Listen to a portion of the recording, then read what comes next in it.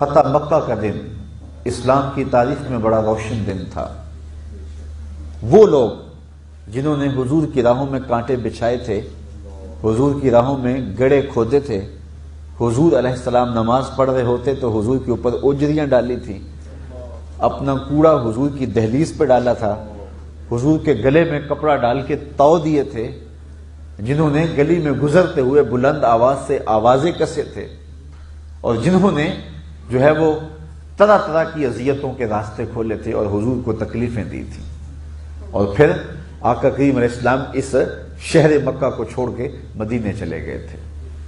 آج حضور فاتح بن کر مدینہ المنورہ سے مکہ المکرمہ میں داخل ہو رہے ہیں۔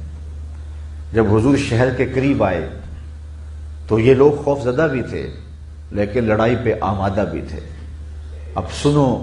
امن والے نبی کی حکمت۔ حضور نے اپنے چچا حضرت عباس کو بلایا اور بلا کے کہا کہ ابو سفیان کو کسی ایسے زاویے پہ لا کے کھڑا کر دو جہاں سے وہ ہمارے لشکر کو دیکھ سکے، اور ادھر صحابہ کو کہا کہ تم پوری وادی کے اندر اپنے خیمے تھوڑے تھوڑے فاصلوں سے گاڑ لو اور رات کو آگ روشن کرو، اور ادھر ابو سفیان کو حضور کے چچا لے آئے اور رات کی تاریکی میں دور تک آگ کے الاؤ روشن ہوتے دیکھے تو اس کی زبان سے بے ساختہ نکلا کہ عباس تیرے بھتیجے کی بادشاہت قائم ہو گئی۔ حضرت عباس نے کہا بولے نہ بنو، یہ بادشاہت نہیں، یہ نبوت ہے۔ تو حضور علیہ السلام نے یہ سب کچھ اس لیے کیا کہ لڑائی کی نوبت نہ آئے، ان کے اوپر نفسیاتی اثر اور تاثر پیدا ہو اور وہ لڑنے کے لیے آمادہ نہ ہو اور خون ریزی نہ ہو۔ اور پھر مدینے میں داخل ہوتے قافلوں کو حکم دیا کہ تمہیں ماضی کی ساری تلخیاں یاد ہوں گی، جب مکے سے تمہیں نکالا گیا، تمہارے سامان لوٹے گئے، تم پہ ظلم کیا گیا، جبر کیا گیا، زیادتیاں کی گئی۔ بلال کو بھی یاد ہوگا جب انہیں مکے کے بازاروں میں گھسیٹا گیا، باقیوں کو بھی یاد ہوں گے۔ کہا لیکن میں تمہیں نصیحت کرتا ہوں کہ کسی کو قتل کرنے سے گریز کرنا، لڑائی کی نوبت نہ آنے پائے۔ اور پھر حضور خود داخل ہوئے مکہ المکرمہ میں، تو حضور سواری پہ تشریف فرما تھے تو حضور کا سر جھکا ہوا تھا، حتیٰ کہ حضور کے امامے کا جو کور ہے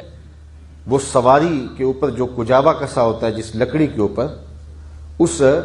لکڑی کے ساتھ حضور کا امامہ لگ رہا تھا، اس قدر حضور جھکے ہوئے تھے۔ فاتح جب شہروں میں داخل ہوتے ہیں تو مجھے بتاؤ ان کے یہ انداز ہوتے ہیں؟ اور حضور علیہ الصلوۃ والسلام اس دن مکے میں داخل ہو کے جب قریش سامنے آئے تو تھر تھر کانپ رہے تھے۔ حضور نے فرمایا کہ مجھے بتاؤ میں تمہارے ساتھ کیا سلوک کروں؟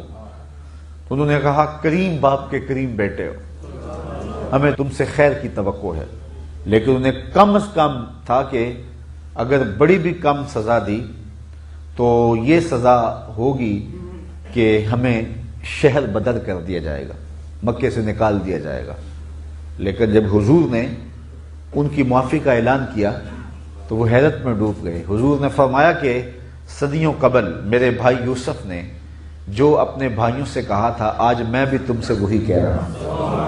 اذهبوا انتم الطلقاء، جاؤ چلے جاؤ، لا تثریب علیکم اليوم، آج میری جانب سے تمہیں کوئی مواخذہ نہیں ہے۔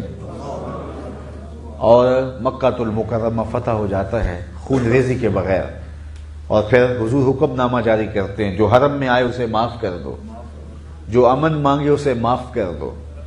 جو اپنا دروازہ بند کر لے اسے معاف کر دو، جو ہتھیار پھینک دے اسے معاف کر دو، بلکہ کہا جو ابو سفیان کے گھر میں چلا جائے اسے بھی معاف کر دو۔